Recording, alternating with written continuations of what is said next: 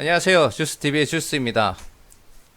이번 영상은 오전에 올려드렸던 영상에 이어서 대선 테마주 분석 이낙연 예상후보 1-3 최종편입니다. 이낙연 예상후보의 연역은 1편, 2편에서도 계속 보여드렸고요. 테마성은 이런 내용들이 있습니다. 여기에 추가로 친환경도 하나 발견을 했는데 요거는 나중에 영상에서 진행하면서 다시 얘기하도록 할게요. 그리고 제가 종목별로는 이렇게 최종 선정을 할 예정이고요. 참고만 하시면 될 것 같습니다. 자, 본론으로 들어가서 이제 마지막 최종편에서도 종목 분석은 총 19종목을 분석했고요. 그 중에서 2편하고 다르게 이번에는 요 파워포인트 순서대로 일단 지켜보도록 하겠습니다. 자, 높은 확률로 테마가 죽지 않을 것 같은 종목, 쉽게 말해서 해당 종목의 대표이사나 전 대표이사가 연관이 있는 경우고, 자, 첫 번째는 우원개발입니다. 우원개발 같은 경우에는 차트에서 보시면 최근에 차트가 그냥 흘러내렸죠. 최근에 보면은 그래도 살짝 일봉으로 움직인 흔적은 있는데 크게 테마성으로 엮여서 움직였다고 얘기하기는 좀 힘든 정도의 움직임이 아니었나 그래 판단을 하고 크게 연관성이 없다라고 이제 판단을 하고 있습니다. 그리고 두 번째는 이월드 같은 경우에는 제가 판단하기에는 남선 알루미늄과 같이 꽤나 강한 움직임을 보여주고 있다고 생각을 하고 있어요. 박성수 대표가 광주제일고 그리고 서울대 동문이고 이낙연 이슈 때마다 움직임을 보여주고는 있는데 가장 최근 기준으로 봤을 때는 남선 알루미늄보다는 약간 움직임을 작게 보여주고 있지 않나라는 생각을 하고 있는데 제가 봤을 때 그래도 충분히 투자할 만한 가치는 있다고 판단이 되어집니다. 그리고 장원테크 이 종목 같은 경우는 상장 기간이 짧고 움직임이 크게 연관을 안 보였어요. 제가 이거는 차트를 보지는 않겠습니다. 신원용 이사가 전남영광 출신 대표나 전 대표 이사는 아닌데 임직원급이 되는데 사회이사 이런 일시적인 것이 아니라 그냥 있는 이사 같더라고요. 표현 자체를 그냥 이사라고 했는지 모르겠지만 서울대 동문이라서 테마성으로 치자면은 크게 잘리지 않는 이상 계속 남아 있을 것 같다. 그래서 그냥 이거는 원래는 사라질 수 있는 종목으로 보내려고 하다 이쪽으로 땡겼습니다. 근데 차트 움직임은 크게 연관이 없는 것 같다. 그래서 크게 매매할 의사는 없습니다. 그 다음은 JMI인데 정광훈 대표가 광주제일고 동문이라고 합니다. 정치 이슈 전후에 움직임은 있는 것 같은데 움직임 폭이 매우 적습니다. 그래서 보시면은 지금 월봉인데 표시가 다 지워졌네요. 2004년도 4월이면은 한 요쯤 되거든요. 여기구나. 요 앞에 되는데 이슈가 끝나고 나서 반등이 보였다는 점이 좀 차이점이 있고요. 그리고 2008년도 4월 달에 이슈 있기 전에는 그냥 그 전에 이미 올랐는 게 흘러내리기만 했어요. 그래서 이렇게 큰 움직임은 있었는데 그 정치적인 이슈가 있는 시점을 기준으로 봤을 때는 약간 박자가 안 맞는 것 같아요. 그래가지고 이낙연하고 좀 이낙연 관련주로 엮이기에는 원래 관련주라는 게 그렇잖아요. 해당 인물이 잘 됐을기 직전에 급반등이 오거나 이슈가 끝난 다음에 가라앉아야 되는데 이슈가 항상 오고 있는데 가라앉는 그런 추세가 좀 많이 보여가지고 좀 움직임이 연관성으로 이제 관계를 가지기에는 좀 확률이 낮지 않나 이런 판단을 하고 있습니다. 그래서 이 종목도 후보에서는 제외를 시켰습니다. 그리고 제주반도체 조영섭 대표이사가 서울대 법학동문이라고 하는데 차트를 보시면은 크게 연관성이 없습니다. 그래서 제외를 했고요. 펜엔터테인먼트 같은 경우에는 차트상의 움직임이 약간 과거의 흔적에서는 있는 것 같다라는 생각이 들었는데, 과거의 움직임에서는 좀 있는 것 같다라는 이런 느낌이 있었는데, 최근 총선 때 움직임이 없었습니다. 그 테마성으로는 박종술 사장이 서울대 동문 전남 영광 출신이라는 점으로 엮여 있고요. 그래서 이 종목도 크게 매매를 할 생각은 없습니다. 테마가 사라질 수 있는 종목, 뭐 사외이사나 감사 이런 것들이고요. 첫 번째 종목은 HDS 엔진입니다. 이계현 셋째 동생이 사외이사로 있었던 것 같아요. 뭐 불법 취업 뭐 이런 얘기도 있었던 것 같기도 하고, 아니면 그냥 사외이사로 있었는지는 모르겠지만, 중요한 거는 차트가 그 이낙연 후보의 이슈가 있을 때마다 크게 움직임을 주지 않았다. 그래서 연관성이 없는 게 아닌가라고 이제 생각을 하고요. 그 다음에 이제 주연테크는 권오룡 사회이사가 그 노무현 정권 당시 차관이었으며 이낙연 예상 후보와 친분설이 있다라고 하면서 움직였는데, 이 종목은 약간 차트의 움직임이 연관성이 있을 수도 있겠다는 생각은 했습니다. 큰 움직임은 아니었지만, 그래서 보면 요 이제 약간 주황색, 갈색 요런 색깔로 덮었는 것 중에 살짝 진하게 되어 있죠.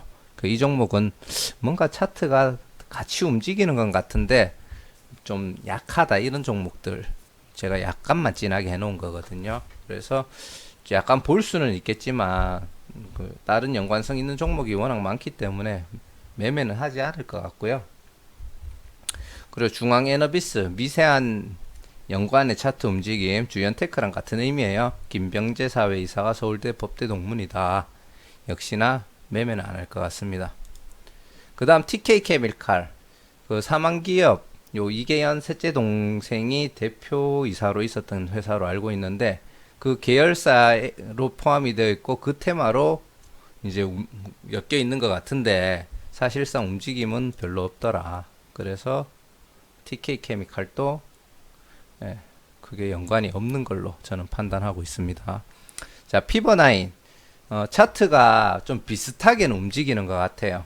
그 연관성으로는 그 이재호 사외이사가 동아일보 출판국장이었고, 그 이낙연 예상 후보가 같은 일하던 시기인지는 모르겠지만 출판국장이었고, 국무총리실 뭐 인무사회연구원 뭔지는 모르겠어요.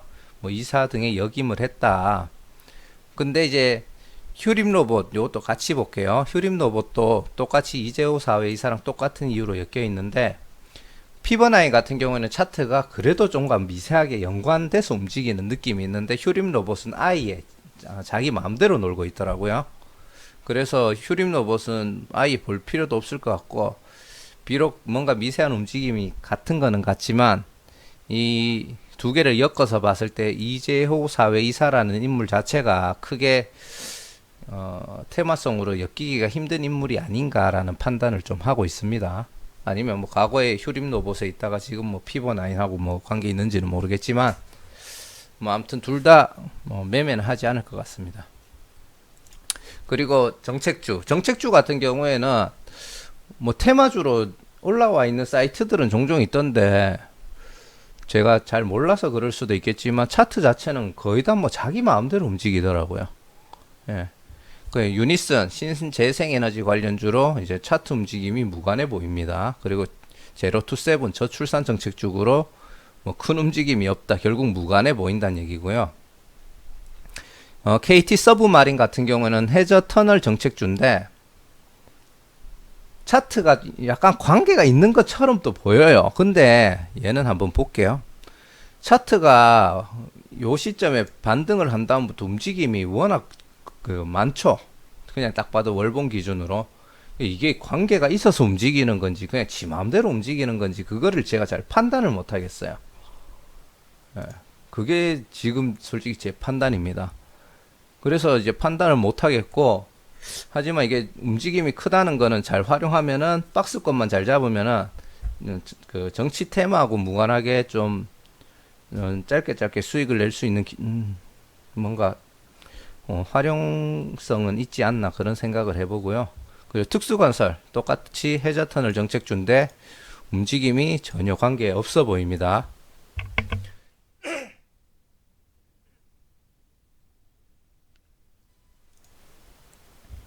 자, 그리고 한국선제, 해저터널 정책주인데, 아까 KT 서브마린하고 비슷해요. 얘도 굉장히 움직임이 큽니다. 요 밑에 지금 파란색 동그라미가 그 전에 이슈하고 이제 이슈가 만약에 발생한다면 움직여야 되는 시점인데 그 시기랑 맞기는 해요. 뭔가 좀 맞기는 한데 얘도 좀 움직임 자체가 워낙 크니까 좀 애매하고, 그리고 제가 아까 전에 친환경주를 그 포함을 시켰던 게 한국 패키지 때문인데 뭐 어디선가 한국 패키지가 나왔어요. 근데 그 외에 제가 이낙연 예상 후보랑 무슨 연관이 있는지 계속 찾아봤는데 솔직히 잘 모르겠어요. 그냥 친환경 관련주고 뭐 플라스틱 사용 제한, 죄송합니다. 플라스틱 사용 제한 같은 거 이슈가 있을 때마다 상승을 한다 이런 내용을 읽어봤고요. 근데 정확하게는 솔직히 모르겠어요. 그래서 이낙연 예상 후보 관련주가 맞는지는 모르겠고 우리 시청자 여러분들도 요 종목은 한번 따로 조사해 보시는 걸 추천드립니다. 그리고 그 기타로 우리들 휴브레인이라고 있는데 이 종목 같은 경우는 이때 보면은 크게 움직임이 있었죠. 그 2012년 한 2월쯤 요때도 이제 그 총선 직전에 움직임이 있다가 총선 직후에 떨어지고 그 다음에 다시 반등 났다 또 떨어지고 좀 큰 움직임이 있었는데 연관이 좀 있을 수도 있지 않을까라고 판단을 하고 있고, 그리고 2016년 4월은 또 그 다음 총선이죠. 근데 2014년도 6월 달쯤에 그때 그 지방선거 나갔잖아요. 그리고 당선이 됐는데 그때 움직임이 없어요. 그래서 요 종목도 정치하고 뭔가 시기적으로 총선하고 맞물리는 그런 테마성은 있는 것 같은데 이낙연 예상 후보와 정확하게 문재인 관련주에서 문재인 대통령 맞죠? 문재인 대통령 관련주에서 뭐 이낙연 예상 후보 관련주로 편입이 됐다라는 뭐 얘기도 있는데 사실상 차트 움직임에서는 크게 연관성을 찾아보기는 어려운 것 같습니다. 그래서 이 종목도 제외할 생각입니다. 자, 그렇게 됐다라고 하는데 사실상 움직임에서 연관성은 찾기 어렵다는 얘기고요. 지금 이렇게 해가지고 최종적으로 이제 이낙연 예상 후보와 관계 있는 관련 종목을 인터넷에 떠도는 모든 종목들을 다 끌고 모은 거예요. 맞고 안 맞고를 떠나서. 그래서 그 종목들을 차례대로 다시 차트 위주로 살펴봤고요. 그 정치 관련 이슈가 생길 수 있는 시점에 움직였나 안 움직였나 그거를 보고 최종적으로 이제 이 종목들을 추려냈습니다.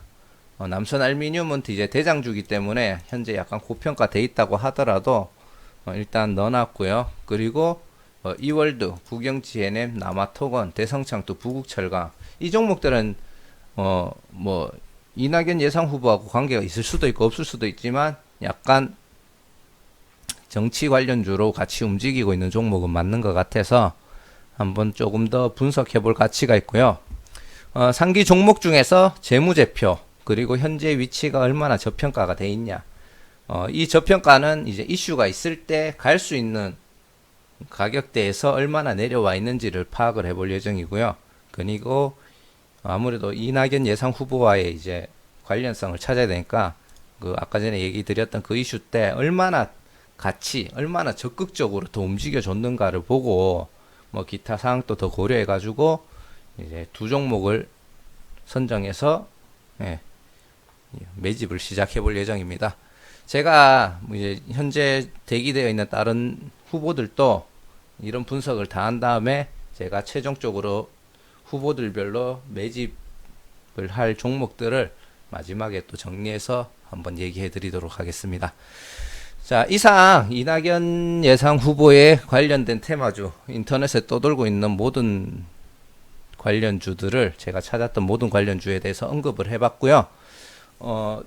과거에는 어땠는지 모르겠지만 막상 그 많은 종목 중에 크게 관련이 있다라고 생각되는 종목들을 많이 보지는 못했어요. 정말 많이 보지는 못했고요. 이 뒤에 후보들 중에 이제 중복되는 종목들 중에 언급 안 해도 되겠다 싶은 애들은 더 이상 언급은 안 하도록 하겠습니다. 이게 시간이 너무 길어지기 때문에. 자, 어떻게 도움이 되실지는 모르겠지만 시청해 주셔서 너무 감사하고요. 구독과 좋아요, 알람 설정 한 번씩 부탁드리겠습니다. 감사합니다.